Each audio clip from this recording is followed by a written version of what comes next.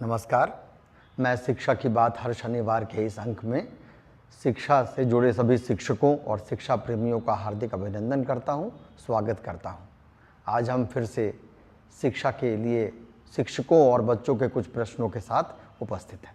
हमारे साथ शिक्षा विभाग के अपर मुख्य सचिव डॉक्टर एस सिद्धार्थ आपके प्रश्नों के उत्तर के साथ उपस्थित हैं। मैं आपका अभिनंदन करता हूं, स्वागत करता हूं सर। हम लोगों ने कुछ प्रश्न हमें प्राप्त हुए हैं, कुछ बच्चों के भी हैं और कुछ शिक्षकों के भी हैं। पहला है ज्योति कुमारी MS डुम्मा शिवहर से हैं।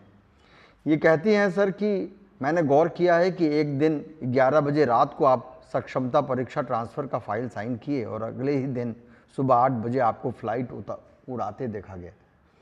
सर, आप मुख्यमंत्री के प्रधान सचिव भी हैं, अपर मुख्य सचिव मंत्रिमंडल, शिक्षा विभाग के अपर मुख्य सचिव हैं। सर, इतनी सारी जिम्मेदारियों के साथ आप टाइम मैनेजमेंट कैसे करते हैं? हम सभी शिक्षक और यह शिक्षिका यह जानना चाहते हैं सर। देखिए, टाइम मैनेजमेंट सबको सीखना चाहिए और मेरा मानना है कि जो टाइम का डिसिप्लिन है, विशेषकर शिक्षकों को और स्टूडेंट्स को, ये बहुत ही अच्छी तरह उनको सीखना चाहिए। मैं एक दिन पूर्व ये प्लान कर लेता हूँ कि अगले दिन मुझे क्या क्या करना है और मन में वो पूरी सारणी रहती है कि सुबह उठ के क्या करना है, फिर दोपहर में क्या करना है, कौन से कार्य कल पूरे करने हैं। तो ये बिल्कुल एक दिन का प्री डिसाइडेड रहता है। ये कोई मतलब वेग नहीं छोड़ देता हूँ कि अच्छा ठीक है, समय मिलेगा तो करेंगे, नहीं मिलेगा तो नहीं करेंगे। ये सब फिक्स्ड रहता है और मैं इसका बहुत ही मतलब सशक्त पालन करता हूँ, 100%। देर रात सोता हूँ ज़रूर, 11-12 बजे तक सोता हूँ और अगले दिन 5 बजे उठ जाता हूँ। तो 5-6 बजे अखबार और ये सब पढ़ने का मौका मिलता है और मेरा फ्लाइंग टाइम जो है हवाई जहाज़ उड़ाने का 8 से 9 बजे होता है और फिर 9 बजे अपनी वर्दी बदलता हूँ। जो सरकारी वर्दी है, सरकारी कमीज और शर्ट और पैंट पहनता हूँ और 9:15 बजे मैं कार्यालय पहुँच जाता हूँ। सबसे पहले माननीय मुख्यमंत्री जी का कार्यालय जाता हूँ, वहाँ पे कार्य रहते हैं। उसके बाद शिक्षा विभाग का कार्यालय है, इसी बीच मंत्रिमंडल का भी कार्यालय में जाता हूँ। तो सब कुछ समय सारणी के अनुसार होता है, इसलिए कभी भी कोई क्लैश नहीं होता है, ओवरलैप नहीं होता है। अपना हॉबी का समय अलग रहता है, कार्यालय का समय अलग रहता है। और मैं सभी से मैं एडवाइस करूँगा कि कोशिश करें कि टाइम का मैनेजमेंट और टाइम मैनेजमेंट थोड़ा मेंटेन करेंगे सभी, और बच्चों को भी ये बात सिखाएं, क्योंकि बच्चे बचपन से अगर टाइम मैनेजमेंट सीखेंगे तो बाद में जाके मतलब सब कुछ कर पाएंगे। समय पे मैं पेंटिंग के लिए भी समय निकाल लेता हूँ, फोटोग्राफी के लिए भी निकाल लेता हूँ, हर चीज़ के लिए समय निकल जाता है। और अगर टाइम मैनेजमेंट हो तो सब कुछ हो जाता है, और अगर टाइम मैनेजमेंट नहीं हो तो कुछ नहीं होगा। फिर आप कंफ्यूजन में रहेंगे और दुविधा में ही रहेंगे हमेशा। राकेश सर शिक्षक हैं प्राथमिक विद्यालय बड़की बलियारी विक्रमपटना के। इनका पूछना है कि जब हम गुणवत्तापूर्ण शिक्षा की बात करते हैं तो बच्चे ज़्यादा मातृभाषा में सीखना पसंद करते हैं और अभी तक बच्चों के बीच इससे संबंधित कोई सामग्री नहीं गई है, जबकि राष्ट्रीय शिक्षा नीति भी इसके संबंध में बात करती है। देखिए, मैं इस बात का बहुत समर्थन करता हूँ और जो छोटे बच्चे हैं, विशेषकर क्लास 1, 2 और 3, वो अपनी मातृभाषा में ही उनको शिक्षा होनी चाहिए। और चाहे वो अंग्रेज़ी पढ़ा रहे हों, हिंदी पढ़ा रहे हों, जब तक उनको अपनी मातृभाषा में नहीं सिखाएगा तो उनका जो लर्निंग कर्व है या लर्निंग कैपेसिटी से वो बिल्ड नहीं होगी। ये ज़रूर मतलब है, समस्या है कि हमने इंग्लिश की किताबों में भोजपुरी, मगही, मैथिली ये सब शब्दों का वहाँ पे अंकित नहीं किया है, और हिंदी भाषा की किताबों में भी ये बात लिखी नहीं है। बट मैं ये उम्मीद करता हूँ कि जब शिक्षक कक्षा में अगर मगध क्षेत्र में अगर बच्चे को टीचर पढ़ा रहे हैं, क्योंकि अब तो स्थानीय मोटा मोटी अब स्थानीय ही टीचर हो गए हैं, सक्षमता पास भी वहीं के लोग हैं और बाकी लोग भी उसी ज़िले के हैं, तो मैं ये उम्मीद करता हूँ कि जब भी पढ़ाएं तो अपनी भाषा जो मातृभाषा है उसमें उस बच्चे को सिखाने की कोशिश करेंगे।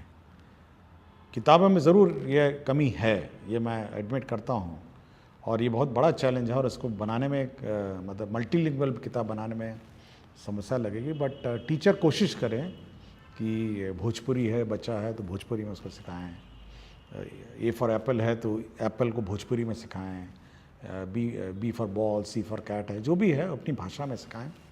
लेकिन ये पूर्ण रूप से अब टीचर पर अब निर्भर है। सर एक सवाल है, प्रभा कुमारी बेगूसराय बिहार, ये +2 केमिस्ट्री टीचर हैं, UHS कतार माला डंडारी बेगूसराय की। ये पूछते हैं कि गुणवत्तापूर्ण शिक्षा सुनिश्चित करने हेतु चेतना सत्र में कौन कौन सी गतिविधियां की जानी चाहिए सर?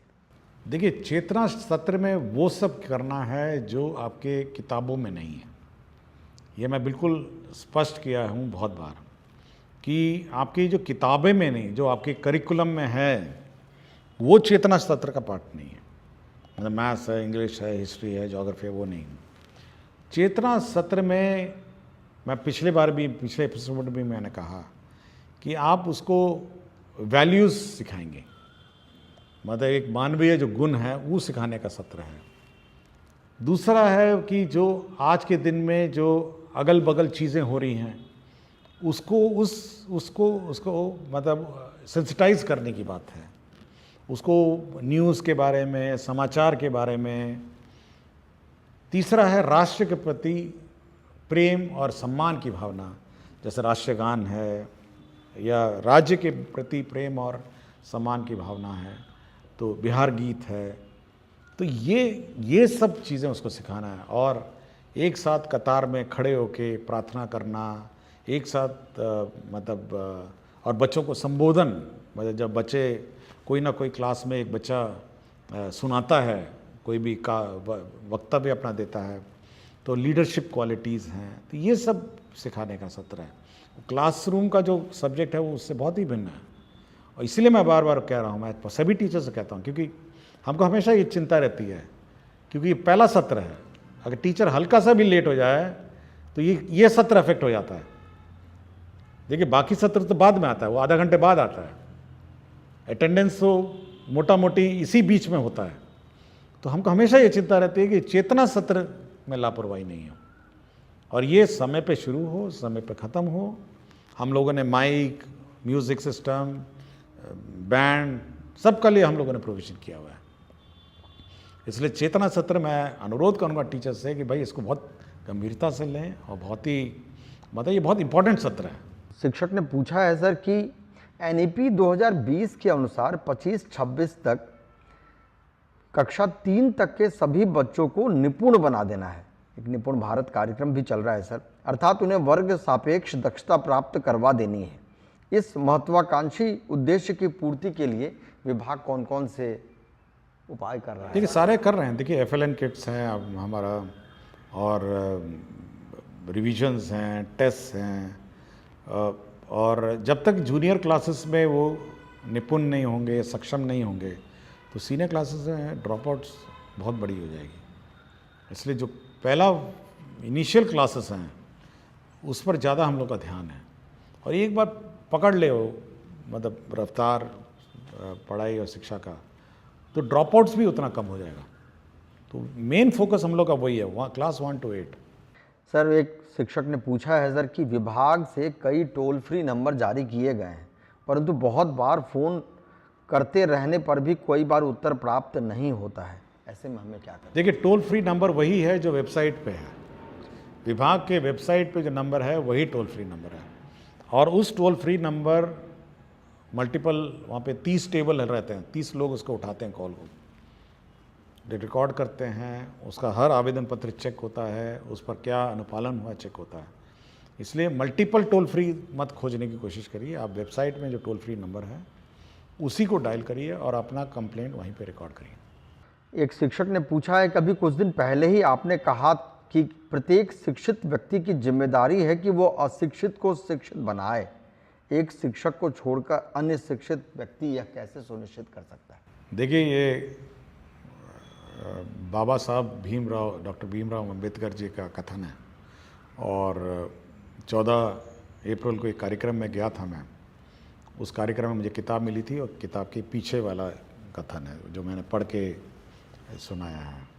और देखिए, टीचर तो शिक्षित हैं जो शिक्षा ग्रहण कर रहे हैं, लेकिन समाज में बाकी लोग भी तो शिक्षित हैं ना।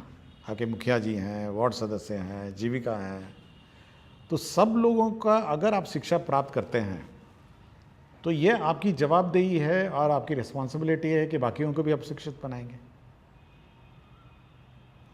देखिए, बहुत ही सिंपल ही मांग रहा हूँ मैं, कोई बहुत बड़ी डिमांड नहीं है मेरी। मैं इतना ही कह रहा हूँ कि भाई जो बच्चा बाहर घूम रहा है या बच्चा ड्रॉप आउट है उसको वापस स्कूल में लाइए, इतना ही कर दीजिए, बहुत है। मैं कोई बहुत बड़ी चीज़ नहीं मांग रहा हूँ एक शिक्षक व्यक्ति से। बच्चा बगल में मोहल्ले में घूम रहा है बाहर, उसको आप समझा बुझा के स्कूल में भर्ती करा दीजिए, इतना ही मेरी डिमांड है। और इतना ही करिए ना, बाकी कुछ मत करिए, आप इतना ही कर दीजिए। बाकी वो बच्चा एक बार शिक्षित हो जाएगा, वो अपने में संभल जाएगा। जी, बहुत उपयोगी है सर। कि सर एक शिक्षक ने पूछा है कि कई शिक्षक अपनी लेखनी या नवाचारी मन के कारण सोशल मीडिया पर बहुत प्रसिद्ध होते हैं, परंतु उस नवाचार को अपने वर्ग कक्ष तक ले जाने में असफल रहते हैं। इस सिचुएशन को डील करने हेतु आपका क्या सुझाव है सर? देखिए, बार बार मुझे डायरेक्टर एससीईआरटी से मेरी बात होती है और मेरे ख्याल से हर एक महीने में उनका इस पर मेरे से डिस्कशन हो जाता है। और मैं बार बार उनको ये चिंता व्यक्त करता हूँ कि भाई ट्रेनिंग तो बहुत अच्छा कर देते हैं, एफएलएन भी बहुत अच्छा बना लेते हैं, लेकिन यह वहाँ क्लासरूम परिवेश में क्यों नहीं दिखता है? मतलब जब क्लासरूम में जाता है तो ये परिवर्तन कैसे हो जाता है? आप या तो आपका ट्रेनिंग मेथोडोलॉजी गलत है। ऐसा नहीं है ना कि हम एफएलएन यहाँ बनाएं, मान लिया उस दिन 110 एफएलएन थे और क्षेत्र में जाएंगे, हो सकता है उसमें 110 में 60 हो, 40 नहीं हो पाए। तो बार बार मैं एससीईआरटी को ये बोलता हूँ, भाई ट्रेनिंग जब आप करते हैं और ट्रेनिंग मेथोडोलॉजी करते हैं तो आप ये ध्यान रखें कि जो आप पढ़ाते हैं वो स्कूल में इम्प्लीमेंट हो रहा है, यह सुनिश्चित करेंगे। और ये भी कहा है कि हर जो फैकल्टी है उसके साथ आप 2 स्कूल अटैच करेंगे। वो अपने जो प्रयोग है एफएलएन का प्रयोग, वो देखेगा कि जिस टीचर को हमने ट्रेनिंग दिया था तो वास्तव में वो पढ़ा रहा है नहीं पढ़ा रहा है जिस प्रकार की ट्रेनिंग उसको दी गई है, या अपने मर्जी से फिर शुरू हो गया। तो ये चिंता मेरी है कि सोशल मीडिया में बहुत सारे नवाचार हैं, एफएलएन किट्स भी हैं, एफएलएन मेथोडोलॉजीज़ भी है, लेकिन ये स्कूल में वास्तव में ये वहाँ पे है या नहीं है, हो रहा है या अलमारियों में बंद है या डब्बों में बंद है, ये मेरी बहुत चिंता है और इसका मैं समाधान निकालने की कोशिश में लगा हूँ। बहुत स्वाभाविक है सर। सर एक प्रश्न पूछा है शिक्षक ने कि 100% नामांकन के लिए अभी नामांकन पखवाड़ा भी चल रहा है और ये शैक्षणिक सत्र की सबसे महत्वाकांक्षी उद्देश्य भी है। इसके डेट को अभी एक्सटेंड करके सर 22 अप्रैल तक किया गया है। वो पूछ रहे हैं कि सर हम शिक्षक ऐसा क्या करें कि जिससे नामांकन में तेजी आए? देखिए, तेज़ी में क्या, आपका पहले तो मीटिंग मैंने पहले ही कहा है, आप मुखिया जी को ये मीटिंग करेंगे, वार्ड सदस्य को मीटिंग करेंगे, गांव में आंगनवाड़ी सेविका मीटिंग करेगी, आपके जीविका दीदी मीटिंग करेंगे, बच्चों की प्रभात फेरी निकालिए, आप स्कूल को इतना अट्रैक्टिव कर दीजिए कि मतलब बच्चे देखने आए स्कूल में क्या हो रहा है। तो जब एक्साइटमेंट लेवल स्कूल का बढ़ेगा तो बच्चे अपने आप आ जाएंगे। मतलब कभी कभी मैं सोचता हूँ कि कभी कोई जेसीबी गांव में आ जाता है, उसको देखने के लिए 15-20 लोग इकट्ठा हो जाते हैं, मतलब एक्साइटेड हो जाते हैं कि कुछ चीज़ हो रहा है या स्कूल में हो रहा है। तो जैसे स्कूल में वो एक्साइटमेंट है, अटैचमेंट है, या स्कूल में कोई इवेंट हो रहा हो, माइक, देखिए एक चीज़ मैंने सबको कहा है कि शुरू में 6:30 बजे स्कूल है, आप एक ही काम करिए, कुछ नहीं करना है, आप ज़ोर ज़ोर स्कूल का गाना चलाइए, ज़ोर ज़ोर परेड करिए, ज़ोर ज़ोर अपना स्कूल में वक्तव्य दीजिए, ताकि पूरे गांव में आवाज़ जाए कि स्कूल शुरू हो गया। और कोई बच्चा बाहर घूम रहा है या उसका माता पिता सुनेगा ना, तो वो अपने बच्चे को देखेगा, कहेगा कि नहीं इस बच्चे को तो स्कूल में जाना है, बाकी बच्चे तो पहुंच गए हैं। तो ये माइक है, बड़ा एम्पलीफायर ले लीजिए ना, बड़े बड़े एम्पलीफायर ले लीजिए, लेकिन ऐसा आवाज करिए पूरे गांव मोहल्लों में कि अगल बगल सारे माता पिता को पता चल जाए कि 6:30 बजे स्कूल शुरू हो गया है, अब स्कूल की गतिविधि शुरू हो गई है, प्रार्थना शुरू हो गया है, आपका राष्ट्रीय गीत हो रहा है या आपका कोई वक्तव्य सुनाया जा रहा है। ये जो आप पूछ रहे थे पहले कि चेतना सत्र का क्या उद्देश्य है, चेतना सत्र का उद्देश्य ये है कि चेतना स्कूल के अंदर ही नहीं बल्कि स्कूल के बाहर भी चेतना करना, और अगल बगल जितने माता पिता हैं उनको अपने लगे अंदर कि भाई मेरा बच्चे को तो होना चाहिए समय, लेट भी नहीं पहुंचाएगा, कि भाई जैसी आवाज आएगी तो बच्चा सो भी रहा होगा तो उठा के उसको भेज देगा कि भाई तुमको तो 6:30 बजे स्कूल शुरू हो गया है, और या कहीं ड्रॉप आउट होगा तो उसको भर्ती कराएगा। तो उस चेतना सत्र में माइकिंग का, आवाज का, मतलब उसका प्रयोग किया जाए और फुल वॉल्यूम में प्रभात फेरी निकाली जाए, माइक लगा के मुखिया जी का मीटिंग कराया जाए, वार्ड सदस्य का मीटिंग कराया जाए, जीविका बिल्कुल हिला दिया जाए, मतलब गांव का जो मतलब वातावरण है उसको इतना चार्ज कर दिया जाए कि सारे बच्चे स्कूल आ जाए। बिल्कुल बच्चे भाग के आए स्कूल। हाँ, मतलब जब एक्साइटमेंट होगा तो सब आ जाएगा ना। अब आपको उम्मीद करेंगे कि हाँ एक तो शांति से वातावरण में स्कूल चल रहा है, आप उम्मीद करेंगे कि अच्छा हम अपना बच्चा लेके जाएंगे, अच्छा कल, आज नहीं तो कल ले जाएंगे, कल नहीं तो परसों, करते करते करते गया। फुल वॉल्यूम में गीत बजाइए, स्कूल में गीत बजाइए, फुल वॉल्यूम में प्रार्थना चलाइए, पूरा गांव का माहौल को ना हिला दीजिए माइक से। विभिन्न धर्मों में भी है, होता है ना, मस्जिद में अजान होती है, मंदिर में आरती होती है, कितना अट्रैक्शन हो जाता है किसी भी मनुष्य को कि बस जाके प्रार्थना या इबादत करनी है, तो वो पैदा करना पड़ेगा स्कूल को। एक मंजीत कुमार शिक्षक हैं सर, राजकीय मध्य विद्यालय माधोपट्टी के। आजकल बच्चे मोबाइल में बहुत अधिक समय बिताते हैं, क्यों नहीं मोबाइल आधारित शिक्षण सामग्रियां शिक्षा विभाग द्वारा ऑनलाइन उपलब्ध करवाया जाए ताकि वे घर पर भी सीखना जारी रख सकें। क्या इस तरह के मोबाइल आधारित शिक्षण सामग्री में मूल्यांकन की व्यवस्था भी हो सकती है? देखिए, हम लोग का है कि इस क्लास 6 से हम लोग ICT लैब स्थापित करेंगे सर, और क्लास 6 से सभी स्कूल में कंप्यूटर होगा, छोटे स्कूल में कम होगा, बड़े स्कूल में कम होगा, और हम लोग मटेरियल को डिजिटल फॉर्म में भेजेंगे सब स्कूल में, और कोई भी माता पिता या बच्चा लेना चाहे डिजिटल फॉर्म में ले सकता है। तो ये व्यवस्था हम लोग कर रहे हैं, और लाइब्रेरी में पेन ड्राइव हम लोग रखेंगे, जो बोरो करना चाहेगा किताबों के अतिरिक्त पेन ड्राइव भी बोरो कर सकता है, घर ले जाए अपना कॉपी करे या जो करना करे। तो डिजिटल लाइब्रेरी को भी हम लोग स्ट्रेंथन करने की कोशिश में है।